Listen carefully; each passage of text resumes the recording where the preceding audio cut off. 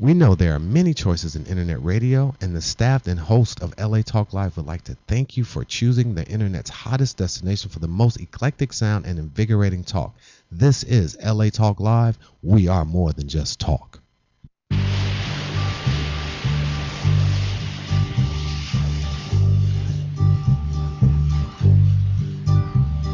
Sitting in the morning sun, I'll be sitting when the evening comes,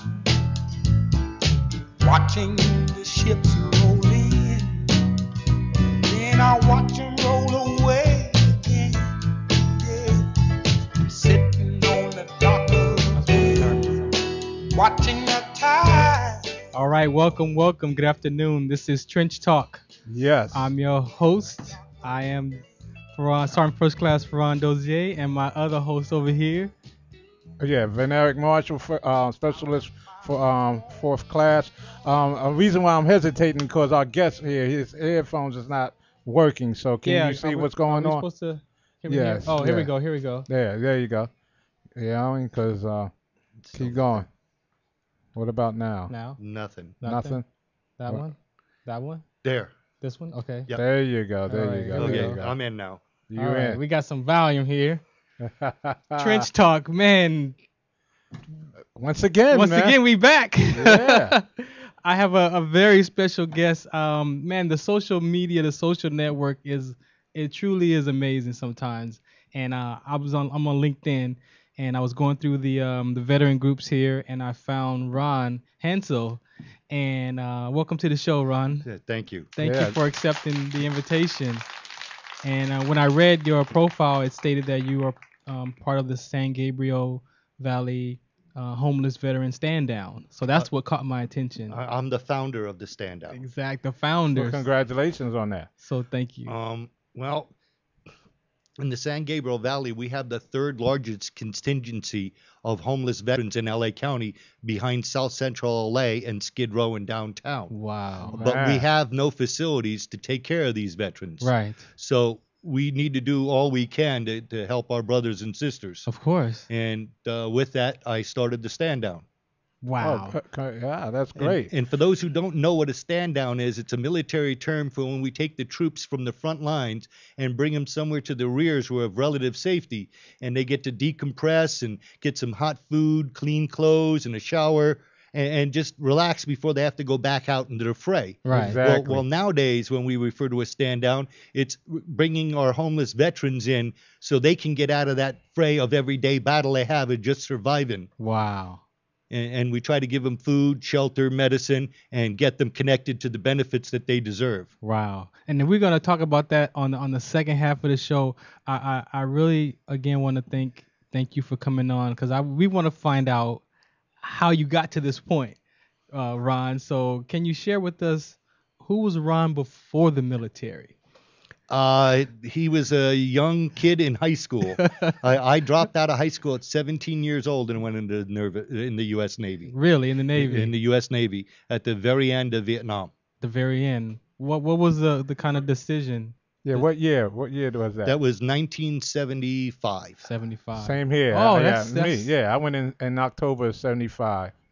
I went Myself. in July. Okay. Oh, so yeah, he joined the Navy. He's Army. He's Army veteran. So Yes. you guys went in the same year. Well, you know what I always say to that? What?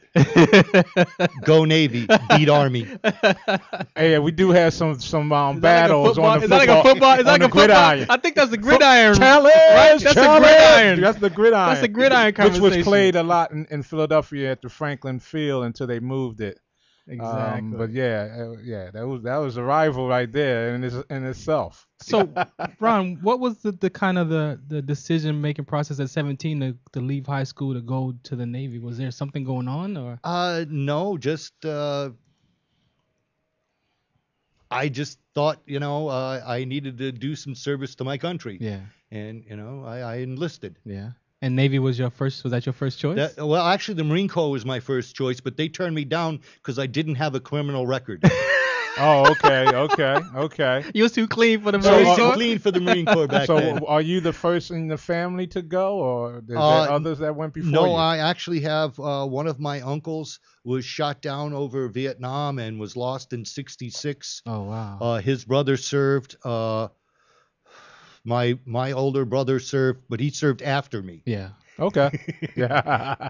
Figure that, huh? And I've got right now one of my nieces.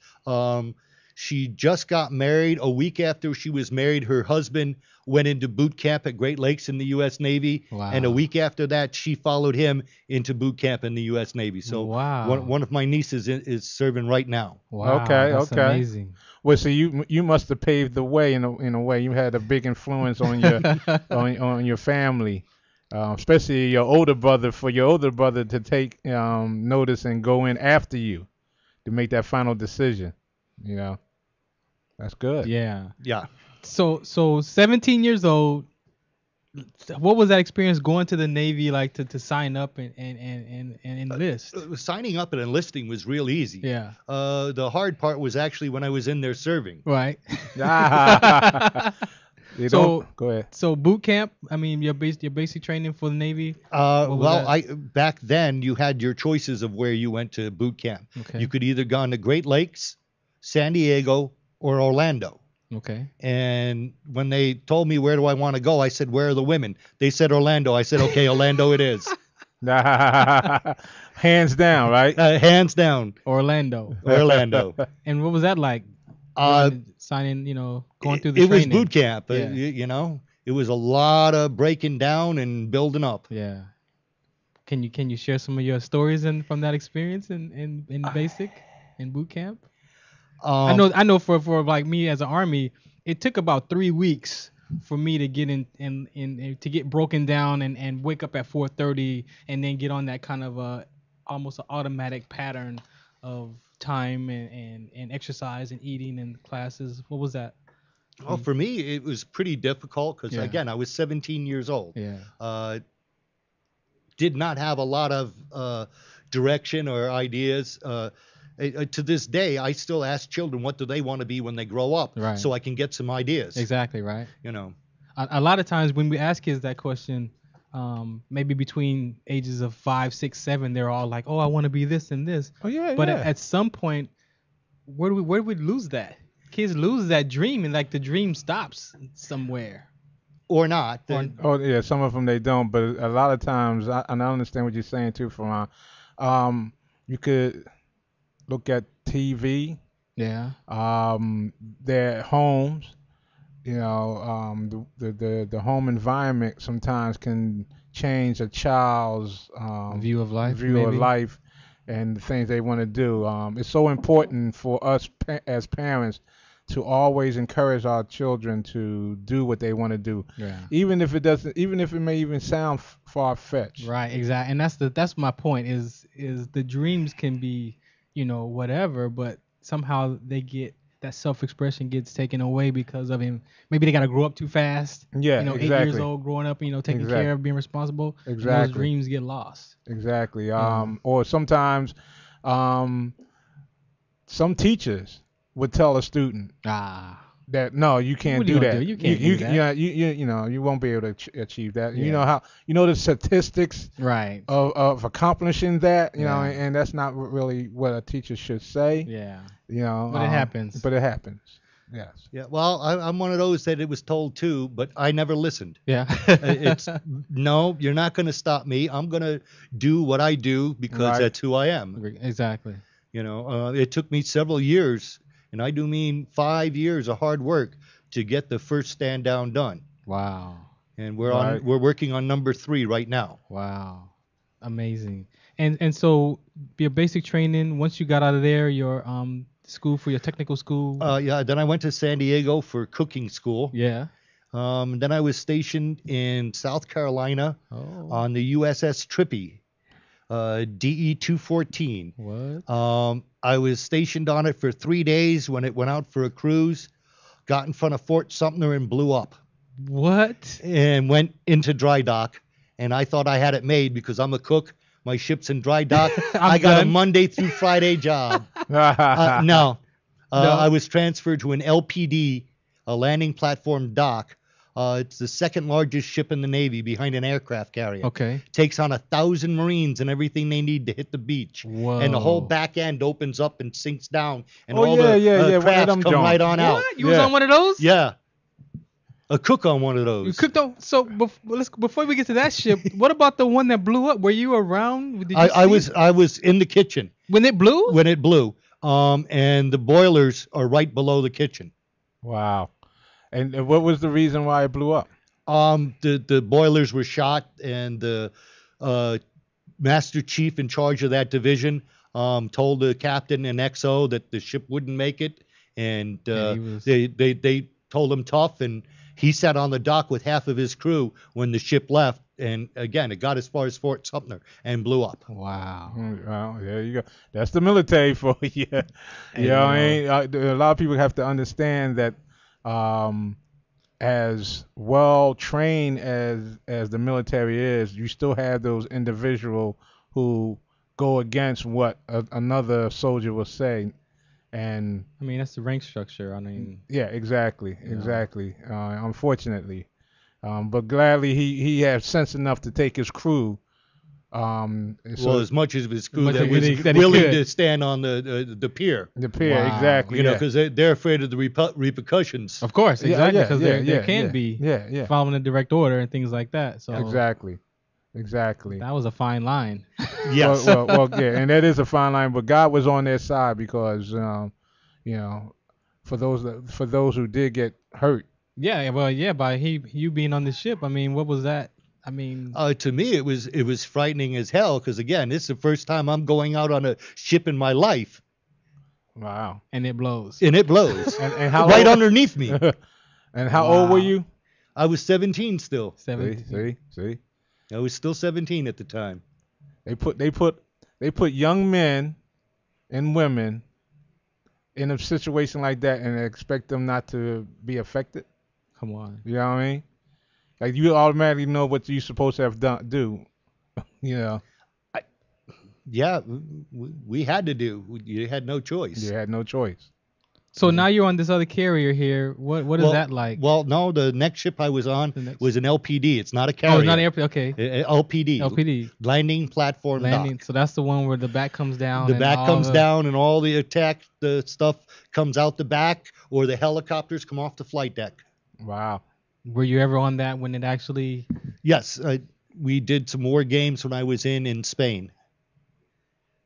Man, Good. Yeah. you want to share? Can you share about that experience and being in Spain? I've never been to Spain, so what is the training like for that? You know, it depends on what your job is in the service, your MOS. Yeah. You know, your training's different depending on your MOS. Yeah. But you know, on the ship the LPD, it's a very large ship, but it has a very small crew. Yeah. So you know, I was a cook, was my regular job. Yeah. But if we went to battle stations, I worked on a gun mount. Right. If we had a Right, fire, right. I was a messenger. Right. You know, my job was to run messages from wherever the fire was to the Like to the AO area. Yeah. The operation area. Some. Wow. Yeah. So yeah. oh, that'd be the bridge on The a bridge, a okay. ship. bridge, the bridge okay. of the ship. So you had multiple jobs. Yeah. Yeah. And a lot of people don't realize that we have to be multitaskable. Oh yeah. You know. But one of my big things is what are we going to do when we have a fire, we are being attacked, and it's lunchtime? Because which one do I pick? Right. Well, hopefully you'll pick the one that's going to save your behind. Exactly. You know what I mean? And how was that being a cook for and how many? Yeah. You know, for how many people at one time? Well, the ship we had 300 members with the regular crew, but we took on 1,000 Marines. Wow. So if we were in port, cooking was easy. You're cooking for 300 people. Yeah. Yeah. You take on the Marines and it's now 1,300, and you're cooking 4 meals a day. Yeah. Now you guys have shifts. Were you on like a morning shift, an evening shift? Look, we got a Marine here, so he hear you. He probably ate on one of those. Yep. So you guys rotated shifts, I'm sure, right? Yes, Yeah. but unfortunately, I had the night shifts, and they did all their drills during the day. Oh. So when it was my time to sleep, that's when I had to go stand at the gun mount or go run messages. Unfortunately. You know? Wow. Jeez. Mm-mm. So what was your next move after that as far as your career? Well, I only served 2 years. I got injured and had to get out. Okay.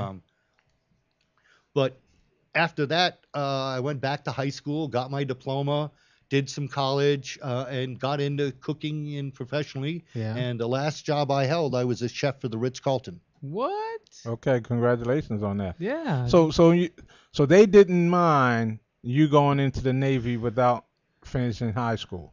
Not at that time. It was the very beginning of the all-volunteer service. Yeah, and they were exactly. really hurting for volunteers. Exactly. Yeah, From the yeah, Vietnam yeah. transition. Yeah. Yeah. Vietnam was still officially on, Yeah. but we had did away with the mandatory service. Yeah. Oh yeah, I remember that. Yeah, because my dad, and my half brother, and my cousin took my behind down there to make sure and all that. So your organization now it helps the community. Well, which organization are you referring to? Help the homeless and all that, Oh, right? the homeless. Well, Yeah. that's with through the San Gabriel Valley Veteran Employment Committee, which Okay. I'm a past chair of. Okay. One of the responsibilities of veteran employment committees is to conduct stand-downs in their areas to assist as many veterans as they can. And their other function is to do job fairs, veteran job fairs. And if any veteran is not getting their fair shake from EDD, they can come to any of the VECs, lodge a complaint. We will do an investigation and take care of whatever problems they have, and we will make sure those veterans get the services they deserve. Wow. Good. And how did you get involved in that aspect of it? After, after being out of the service. Well, what was if you mind sharing what your injury was? Let's back up a little bit. When you got my injured. knees. I had my knees messed up really bad in a car accident. Yeah. And so it affected your career? Yeah, Navy well, career? it affected everything. Yeah. It still does to this day. Okay. But, you keep living. Of course. Yeah, exactly. Wow. Exactly. So let's talk about the headpiece you got on there. Okay, my fez. Your fez. Yes. It's from the National Order of Trench Rats. And when Farhan invited me on this show and he said it was called Trench Talk, I, as a National Order of Trench Rat, as a rat, I said, there's no way I can say no to be on a show called Trench Talk. Exactly. And the National Order of Trench Rats is the honor society and the disabled American veterans. Back when the DAV started after World War I, we had a lot of our vets that were hospitalized, and we stuck them in the middle of nowhere with nothing to do and nowhere to go. Mm-hmm. And the veterans got together and formed the Disabled American Veterans, and the group that was behind that was the National Order of Trench Rats. Wow. And we were a secret society for many, many years. The only way to get into the Trench Rats is have the Trench Rats invite you in, and they would vote on you. And you know the old expression, the black ball? Yeah. If you got a black ball, you were never never getting in? going to get in. Wow. And the members, it was not only did you have to go above and beyond the normal work of a member, Mm-hmm. you had to be able to get along and increase camaraderie. Wow. Because you can have some guys that work real hard, but they're assholes. Yeah. And nobody wants to be with them. Yeah, not social. Yeah. Social. So they'll get blackballed too. People person. You got to be friendly and open. Yeah. So more about the Trench Rats. Like, I mean, secret society. You had to be voted. What were some of the duties that they were with the Trench responsible Rats, for? the only thing we spend our monies on is disabled hospitalized veterans. Okay. If you're not a hospitalized veteran, you're not going to get any help from us. But you're in the hospital and you're going to get all the help you can. Definitely. We do all our functions that we can in the hospitals, helping our hospitalized vets, and we raise funds for the Disabled American Veterans and its programs. Wow. And are there any particular hospitals like how would that? You go to a VA hospital anywhere in this country, Yeah. and there will be a Trench Rat somewhere in there working, No way. volunteering. No way. I guarantee you, in every VA hospital you go to, there is at least one Trench Rat in there volunteering. Wow. Good. That is good. That's awesome. That's right being there. a strong organization. That's good. awesome. The greatest thing we've done lately is we had those tornadoes in Oklahoma. The DAV went there right away with emergency vans, and we're helping the disabled vets all throughout the state where they got pulverized by those tornadoes. Right. And we had guys come from all over the country go to Oklahoma just to help out the fellow vets. Good. Yeah, because the hospitalized vets, like you saying, they need the proper what's the word I'm looking, information and help to make that transition from where they at to even getting out, or while they're in there, making sure that they get the proper treatment. And that's commendable that you and the rest of the guys that's involved, do that. Yeah, who started that? Was that you as well? Started that? The trench rats? No, again, they started right after World War One. Yeah, okay. Yeah, we're a few generations down now. Down now. Oh, okay. Cool. Wow. Cool. But I'm very proud to be a trench rat. Good. I'm the past golden rodent for Sector South California, which is the state office. Okay, because I was wondering what that reason why you had pass on your. Yeah, the past is, and the golden rodent is the past golden rodent, which is like the commander. Oh, okay. Good. Or president, however you want to look at it. Wow. But in trench rats, we have a little bit more colorful names. Oh, okay. Silver rodent, blue blonic pledge. There's a whole bunch, turquoise rat, and Wow. Okay.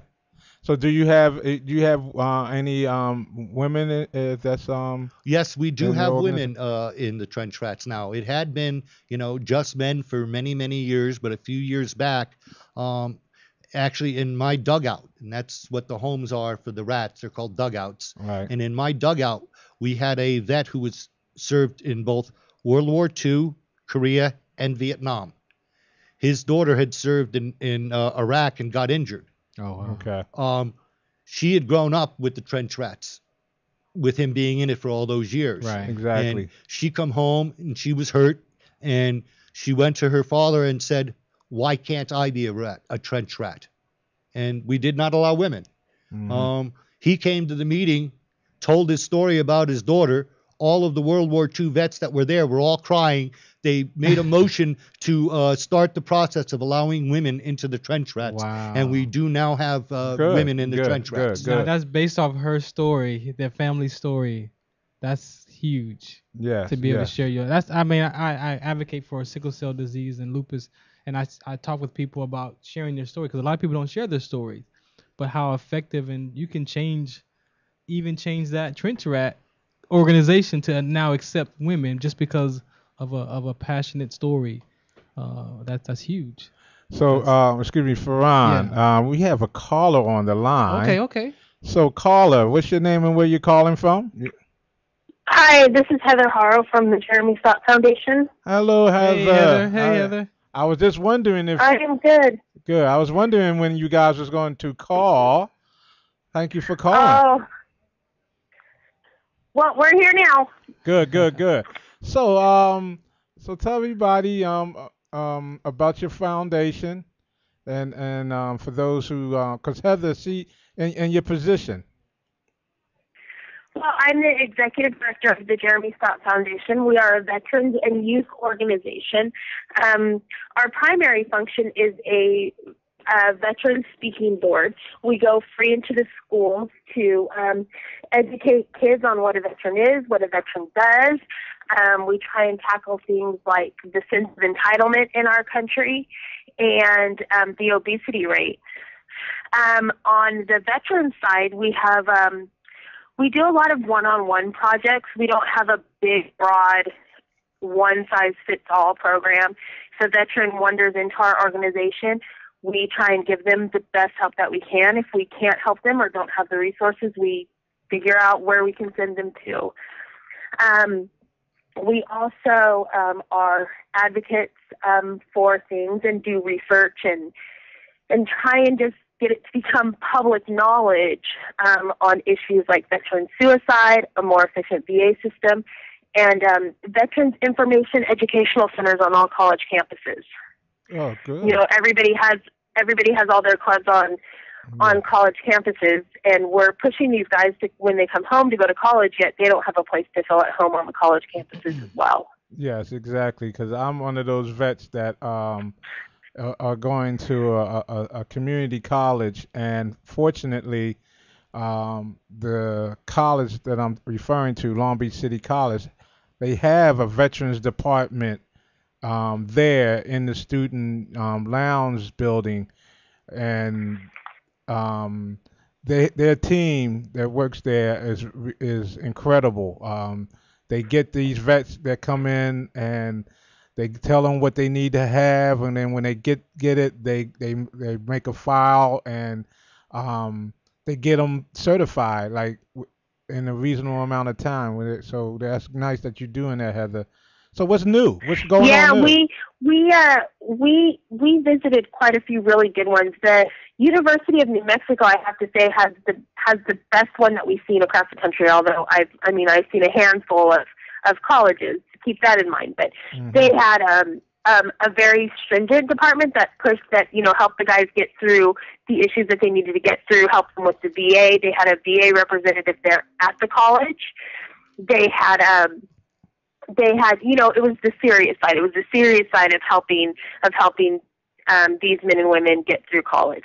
But then they also had basically like a student union or a building inside the student union, where a lounge where veterans could get together and hang out, talk about things, feel like they had someone else on the campus that knew what they were going through. Right. Exactly. Heather, can you share with the listeners, just so that in case they don't know about Jeremy Stack, can you give them like an overview of how this foundation came to be? Oh, sure. Jeremy is Jeremy is from Bakersfield. He's one of our hometown boys. He went to BHS and then on to BC, and then from BC he played football and, got good enough grades to go to ASU. He played at ASU with Pat Tillman. He went on to be drafted into the NFL by the Steelers, played ball for 6 years. That's right, Steelers. Steelers, yay! He actually was a Steeler, a Ram. He played for Seattle and the Raiders. All right. And then he retired out of the NFL and joined the Marine Corps. Went and did a tour in Haditha, Iraq, came home and started the foundation. Good. And the foundation is for those soldiers, basically suicide prevention programs is what that really takes care of, and yeah. information like that. Yeah, we're about spreading the information. I don't claim to be a doctor. We don't have a doctor on staff. I don't have any counselors. It's nothing of a traditional suicide program. Right. We're trying to approach it from and not that all those things are needed. Please don't misunderstand me. Right. Those things are super needed. I'm not saying one over the other, but we're trying to tackle it from how civilians can truly help, how neighbors can help neighbors again. Hey, if there's a fella that's come back from Iraq and you haven't seen him in a few days, go pick up a hamburger and take it to him. See how he's doing. See how he's coping. If there's anything you can do, if you could just take him to a movie, if you could just call him up and say, "Hey, how you doing?" It may be the difference between life and death. Exactly. So really, we advocate for. We tell the statistics. There's 22. It's up to 22 veterans a day are committing suicide. 1,000 a month are trying. And there are things, real life application, practical things that us in the civilian world, that us in the veteran world can do to help each other out. Oh yeah, exactly, Heather. Because we military personnel, we sacrifice our lives for the safety of the civilians back here in America, and then when we get back. And we see how unappreciative they are, some of them are. It's kind of discouraging. Right. And then for a civilian to go out their way and say, "Well, how are you doing? Is there anything I can do for you?" make us feel like, okay, we did something, at least somebody appreciate what we did, and maybe they don't really understand or know what we had to go through, but at least they appreciate the fact that we went over there to fight for their freedom as well as our own. Well, Heather, we have an in-studio guest here, Ron Hansel. Ron, how did you handle your mental stress during your service? Not very well. I did a lot of things. I ended up homeless, and that's one of the reasons I started the Homeless Stand Down, because I know how hard it is to get from the street back to society. Right. I was lucky enough that I got back to some family. One of my older brothers came in and pulled my ass off the street and helped me. Wow. But without him, I'd have never made it. Yeah. Right. And that's one of the problems we're having right now is back with me with the Vietnam era. We took 5 to 7 years before we pissed everybody off. We had no place to go. Right. Yeah, exactly. The kids coming back now, they're doing it in less than 3 years. Right. And a matter of fact, we've got kids coming home right now from Iraq and Afghanistan, our reserve units. The second they get to their reserve unit and they step off the bus, they're homeless. Exactly. Yeah. Exactly. They got divorced while they were overseas, and they have no place to go from the second they step off that bus. Yes. True. Yeah. So Heather, what's new? What's going on in the foundation? Where's Matt and Jeremy up to lately? Well, Matt is out running errands for me. I'll be quite honest. He's out running errands. He's working, and Jeremy, actually, we're starting an educational series that will go into the schools and hopefully on some local channels on hunter safety, on guns, on just to try and educate the middle people. Jeremy says that he explains it very well, that either pro gun or against guns, they already know their positions. They're firm in their positions. Okay. We're trying to educate some folks somewhere in the middle, so where they can make an educated decision on the gun issue in our country. Everybody thinks that hunters are some redneck hillbillies that just like to go out and shoot anything in its path, and it's just not the case. Right. It's just not the case. So we're starting an educational series, and then there's so many things for our youth that go along with. I mean, I'm preaching to the choir. I absolutely know this, but discipline, getting out there. You're walking now. It's just a way to show our young people that there's more to life than stinking video games. Oh yeah, exactly. Because I remember as I was young, I was outside playing. Even though my grandmother, God rest her soul, she had one of those enclosed porches. So during the summertime, I was not allowed outside because it was too hot. But I was out on the porch. I had to stay on the porch and did my thing. And then when it got cooler at the end of the day, then I was outside. Exactly. She made sure that I spent some time outside playing. It wasn't all of that staying in the house. Hey, and not doing nothing. Heather, I have a question. This is for Ron. We reached out. I'm working with a guy by the name of Ed Blunt, and we reached out to Jeremy a couple of days ago. Did he mention to you about the Flag Football Festival at all? About how we wanted to incorporate that? He did. We're actually waiting for some more information on it. It sounds like it could be an okay deal. Yeah. But then again, there's lots of okay deals. Yeah, exactly. But no, it sounds really promising. Hey, anything that gets, and myself included, adults are included in this. We've become such a sediment country that whatever gets folks off their couches, out their doors, into wilderness, into activities, running around, sweating for goodness sakes, is a great deal. And we're absolutely all behind it. Well, one of the we talk about veteran suicide, and I know this just from, I'll be very honest, from personal experience. I know that, and I know that they're much different degrees, and I'm not trying to compare myself with a veteran, but I know for myself that getting active, moving was a great release for my depression. Definitely. So, I mean, whatever we can do to encourage that on an even grander level, to where we can help folks across the country, then so be it. And we're good with all of it. The flag football is definitely a platform for us to be able to share our message and our stories in the community.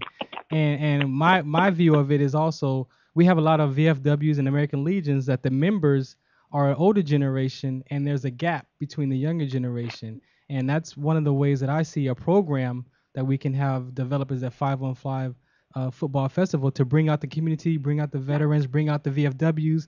Everybody loves football, and bring them out and have a community event. And then at the same time, we get to bring our platforms and talk about the DAV and talk about suicide prevention and educate about sickle cell and lupus and bullying. And that's kind of the basis of that football, not just to play football, but also bring out the community and tie veterans into that, because when they come home from this war here, this is an opportunity for them to have, be a commissioner in their own football league. That's right. Have some ownership and create jobs.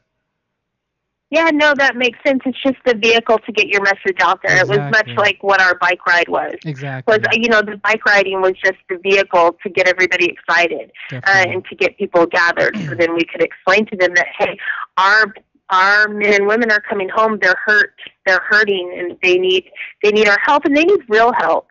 I'm often I am a girl in a predominantly male field.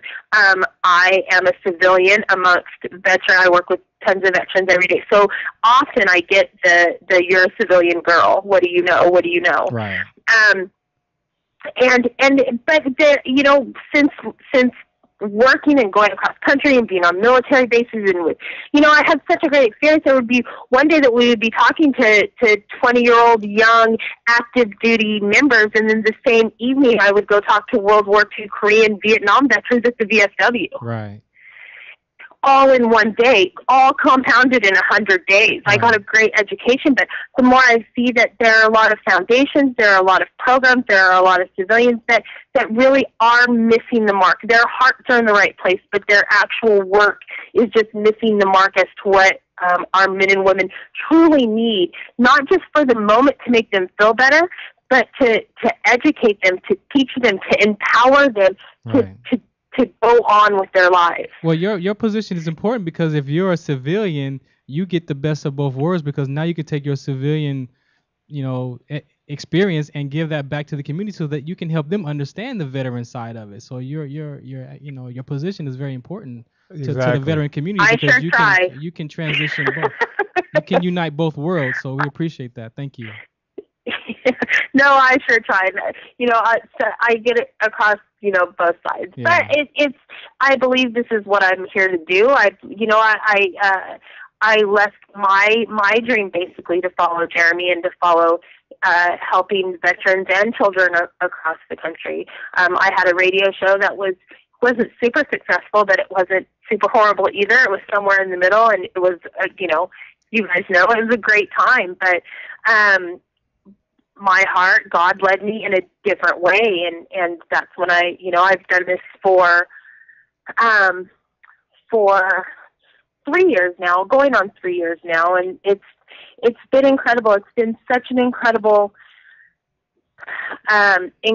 journey. Just an educational learning experience has been phenomenal, and the more that you learn, the more that you appreciate what you all sacrifice and go through, the more that I understand. What have you noticed? It's definitely my privilege. What have you noticed with coming in contact with the female soldiers? What is that experience like for you as a woman, as a civilian woman, to interact with a female soldier?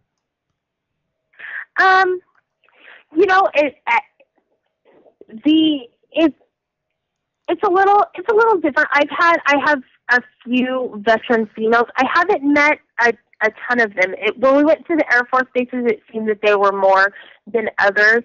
And there was some sense of, I remember seeing really empowered women But at the same time, there were a few girls along the way that there was one gal in particular that she was talking to me, another female. She kept her head down the entire time and looking at her feet while she talked. And she was a sergeant that was over, she had a leadership position, yet kept her eyes down, looking at her boots the entire time, even just talking to me. Yeah. So I've never experienced what gals in the military experience. I couldn't imagine. I have 5 girls of my own, and one son. I have 6 children, and I couldn't imagine just the horrendous things that, like, if they're deployed and then they come home and the very next day they're mom again. Right. So we really need some female leaders to merge and show exactly what these women are going through. Right. Exactly. I'm going to ask Ron here, that's live on camera and with us, in the DAV, in your organization, how do you, when you come in contact with female veterans, homeless, like? We do everything we can to help them. Yeah. And we invite every disabled veteran to join the DAV. There's 1.1 million members of the DAV right now, and the larger our numbers, the more Congress is going to listen to us. Yeah. Well, I'm about to be a 90% disabled, permanent disabled, so I'm definitely going to be joining the DAV, of course, because I fit that profile. So there you definitely go. want to get with you and work with that. There you go. Well, Heather, I appreciate you calling in.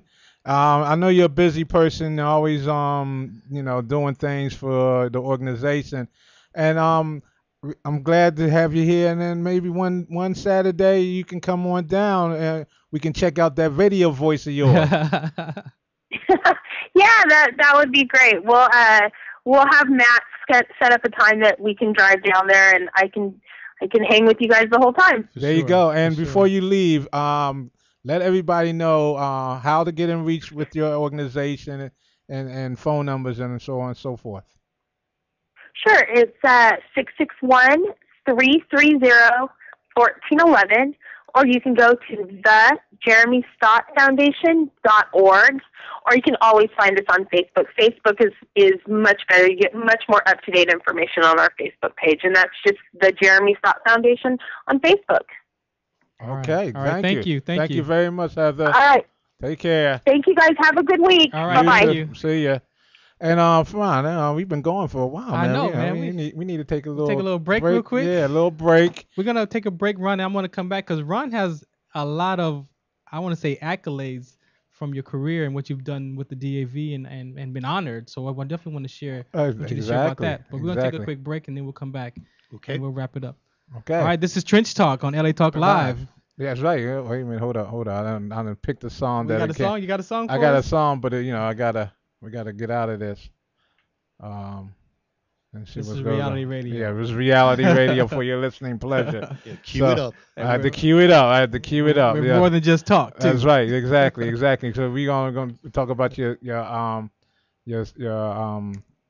basic training experiences Awards. too. Yeah, Awards and all things. that and stuff. So in the meantime, in between time, so yeah, let's see here. Okay. Let's try it one more time. Old classic for us. Yeah, no problem. Here we go. As we'll be right back with Trench Talk. All right, Trench Talk.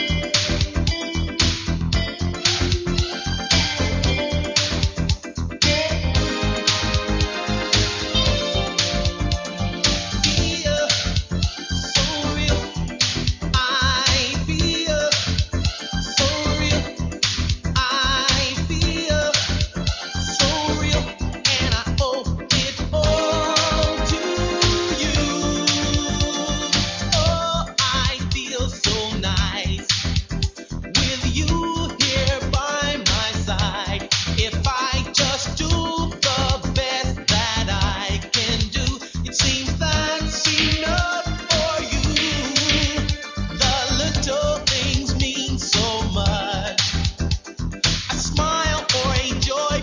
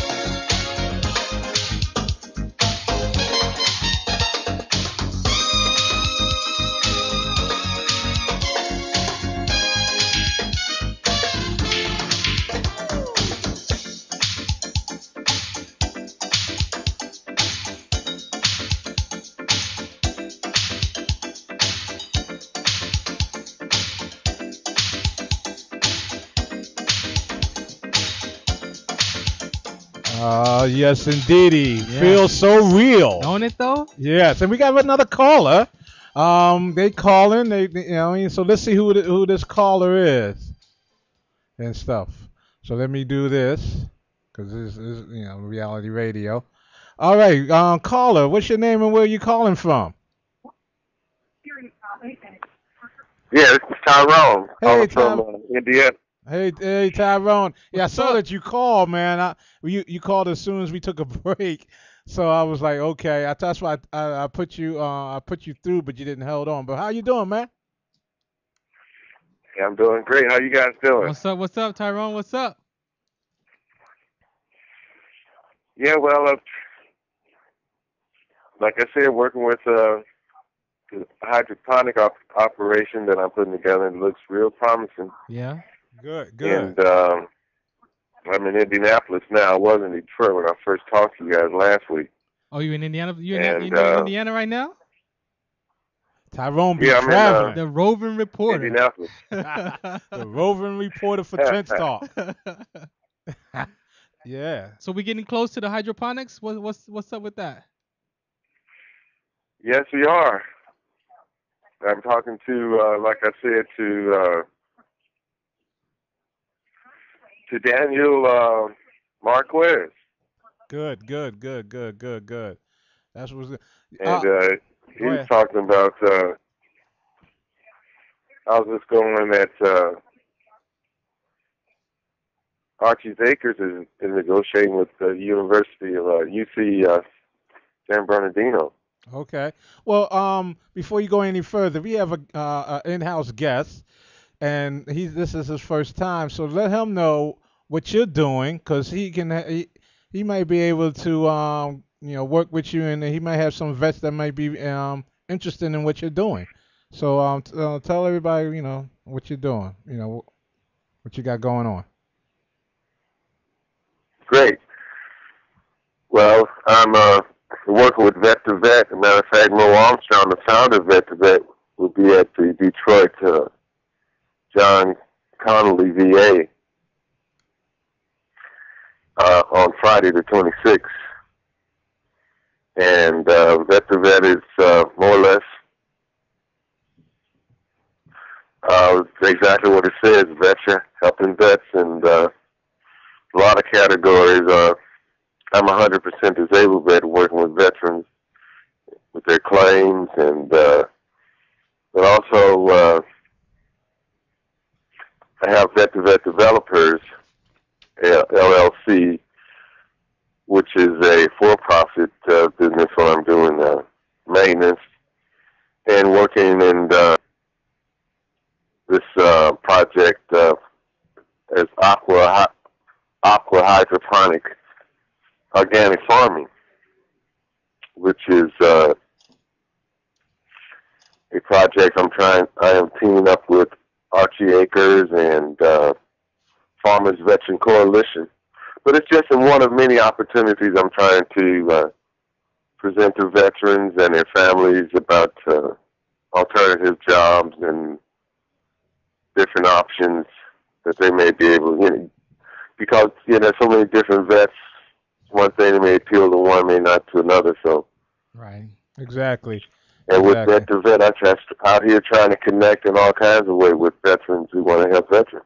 I mean, we're going to create a program where these veterans can come and learn how to do their own farming, like literally become farmers, grow their own fruits and vegetables and fish, and then also have an opportunity to even sell it back to the markets. Like it's huge.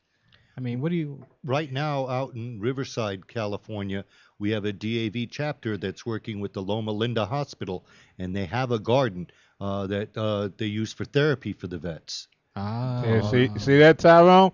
So, I mean, it's out here. It's out here. That's good. Definitely. Well, we'll definitely talk to Ron about that and how we can connect those dots. Exactly. Because if we can take a homeless veteran, give him some housing, give him a place to stay, give him some education, and then some training. I mean, the hydroponics is just one of the avenues that we can help. And like you said, it's very therapeutic, for a vet to be able to, do something like that. It helps. It can help him or her get some type of solitude. The program actually started out of one of the therapy groups, and it has tremendous results. Definitely. Great. Good. Yo, Tyrone. Yeah. Check it out. I finally met the one and only yeah, he Mr. told me. Roy Brown. He told me you met him. I finally caught up with his ass.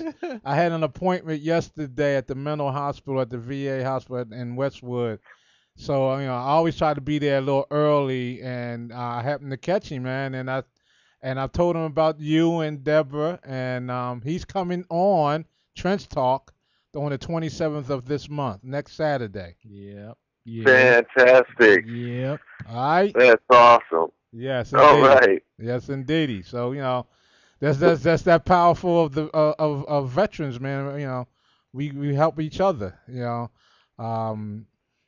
I'm glad that God has finally put this show into a reality, because this show's been talked about. I've been talking about doing this show for over 2 years now. Man, and that was Trench Talk was a dream come true for me, because I had always wanted to share something. Yeah. And long story short, I came here I have a Monday show, community outreach show, and when I came to the guys, I was like, hey, I also have an idea about a military show, and he was like, well, we do too. We have one too. So we shared each stories, and it was like, oh, we're gonna do that. Exactly. So exactly, because I didn't want to do it by myself, because I'm the only one at the station who, besides Steven, and this before he came back. Yeah. That's a vet. So I ain't, I was trying to get somebody, a group of people together who had the time to do it, and God may be late, but he's never on. He may be not on time, but he's never late. Yeah. As that saying goes, something like that. So all the people that we've been getting in contact with, you included, Ron, this thing is going to help a lot of veterans, men and women, children, spouses, families, and all that. All this is going to help these people,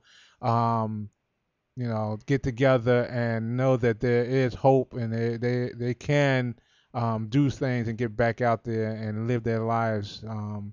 I wanted to give Ron an opportunity to share some stuff. We were talking to Heather online previously, and you had some statistics or some information you wanted to share, just the overview of soldiers and suicide prevention. Right now, we have actually 23 veterans a day committing suicide, and we have 7 to 8 active duty military committing suicide a day. Yeah. And you made a great point. The problem with this is we teach our veterans or our military how to kill.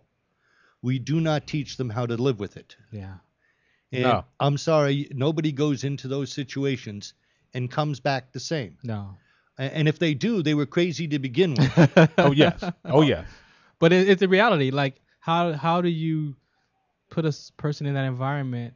I mean, the experience is going to be... Well, and then PTSD just does not stay with the veteran. It affects the entire family. Exactly. The children of a vet with PTSD has PTSD. Yeah.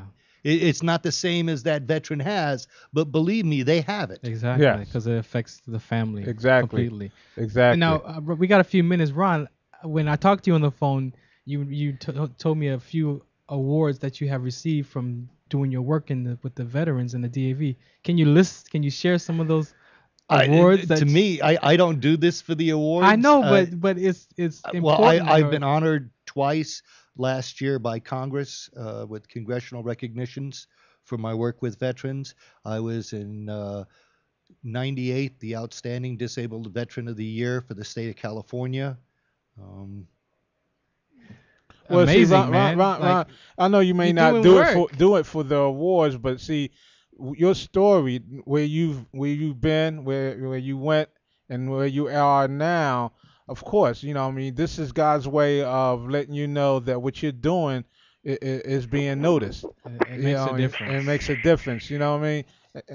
Yes and no, because I'm an atheist and I do it because it's the Okay. good thing to do. It's a good thing to do. I don't We need respect that. We I respect don't that. need anybody above me to do Okay. right. Right. We Okay. respect But that too. we all need. That's one of the problems we have. If we all just look at all the problems we have, we all take one little piece and work on Right, that. we talked We're about gonna that on get the so phone. much done. Exactly. Just take one thing. There you go. Just There you just go. just There take you one go. little job and key in on that and do that. We'll get so much accomplished. Definitely. Exactly. Appreciate that. Well, Tyrone, we got a couple of more minutes, so tell everybody how to get in contact with you and your organization, and so we can get up out of here.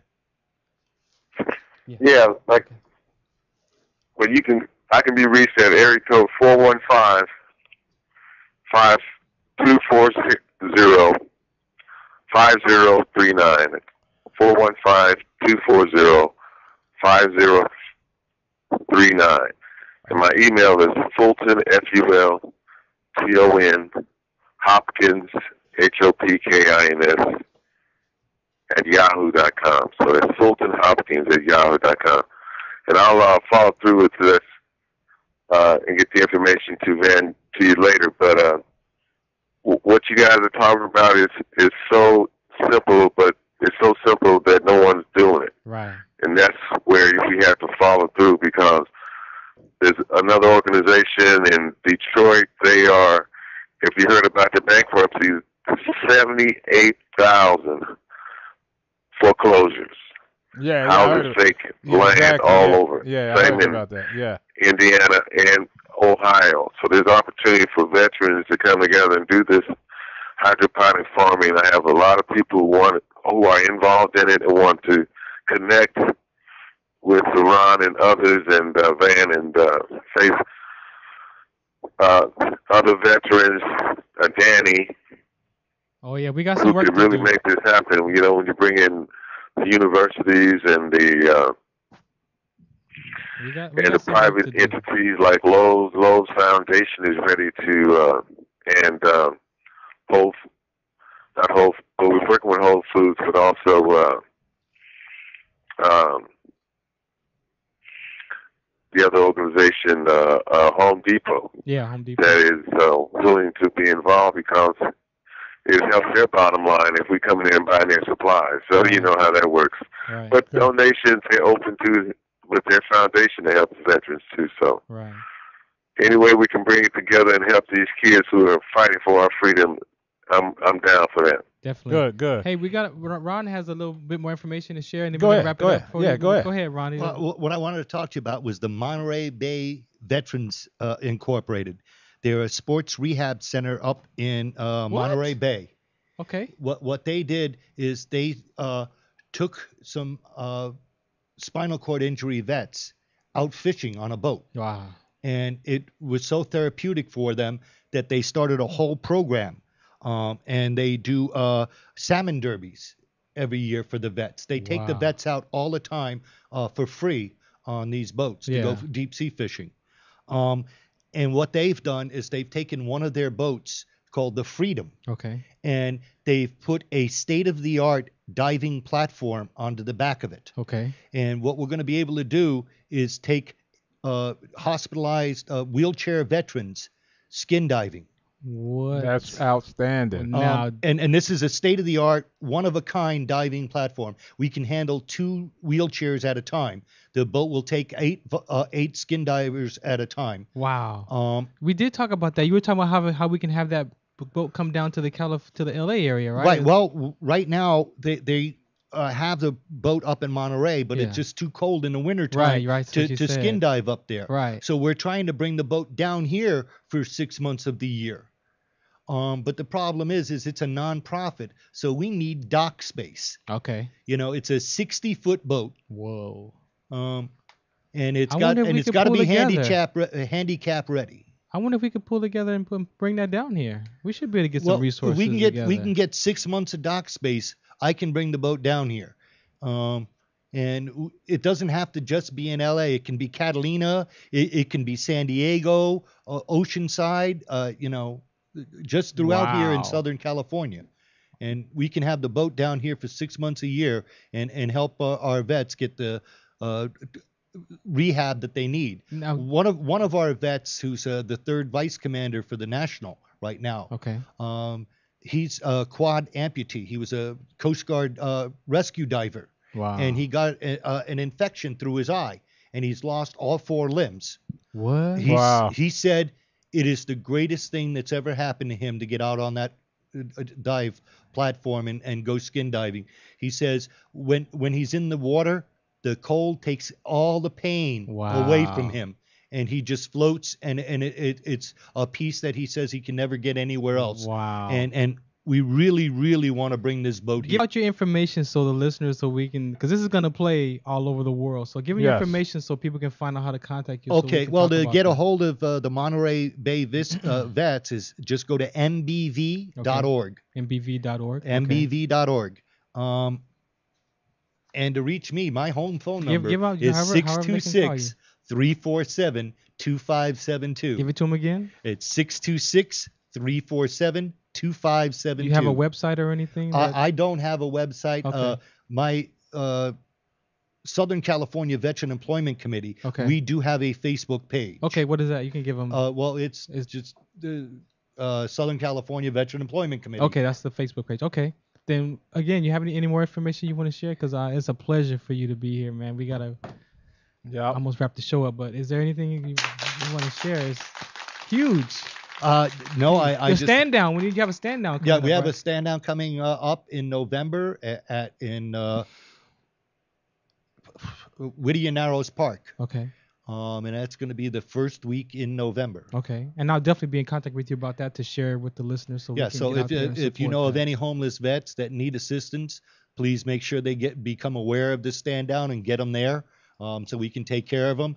We will have doctors, dentists, eye, foot, every service that we can find. Okay. And if I can get LA County to help me again, and bring their animal control there, the very first year we did it, the animal control came and brought their vets in, and they spayed and neutered all the dogs for the vets for free, and gave them all their shots for nothing. Oh, yeah. So we were able to help these vets out, and it brought some more of the vets into the stand down because they weren't going to leave their pets behind. Right. Oh, yeah, we'll talk about that for sure.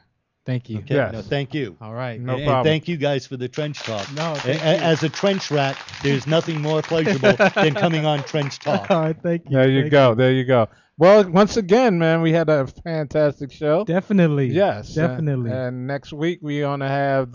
next week is going to be off the charts. Off the charts. Off the charts, too. Yes. So, once again, man, this is Specialist 4th Class Veneric Marshall. And this is Sergeant 1st Class retiring Ferran Dozier. And we have another version of Trench Talk. We check you out next week. All right, thank you, everybody. 13:30 for you military service members and 1:30 for you civilians. There you go. All right, Trench Talk. There's too many of you crying. Brother, brother, brother. There's far too many of you dying. You know we've got to find a way to bring some loving here today. Yeah. Father, we don't need to escalate. You see, war is not the answer, for only love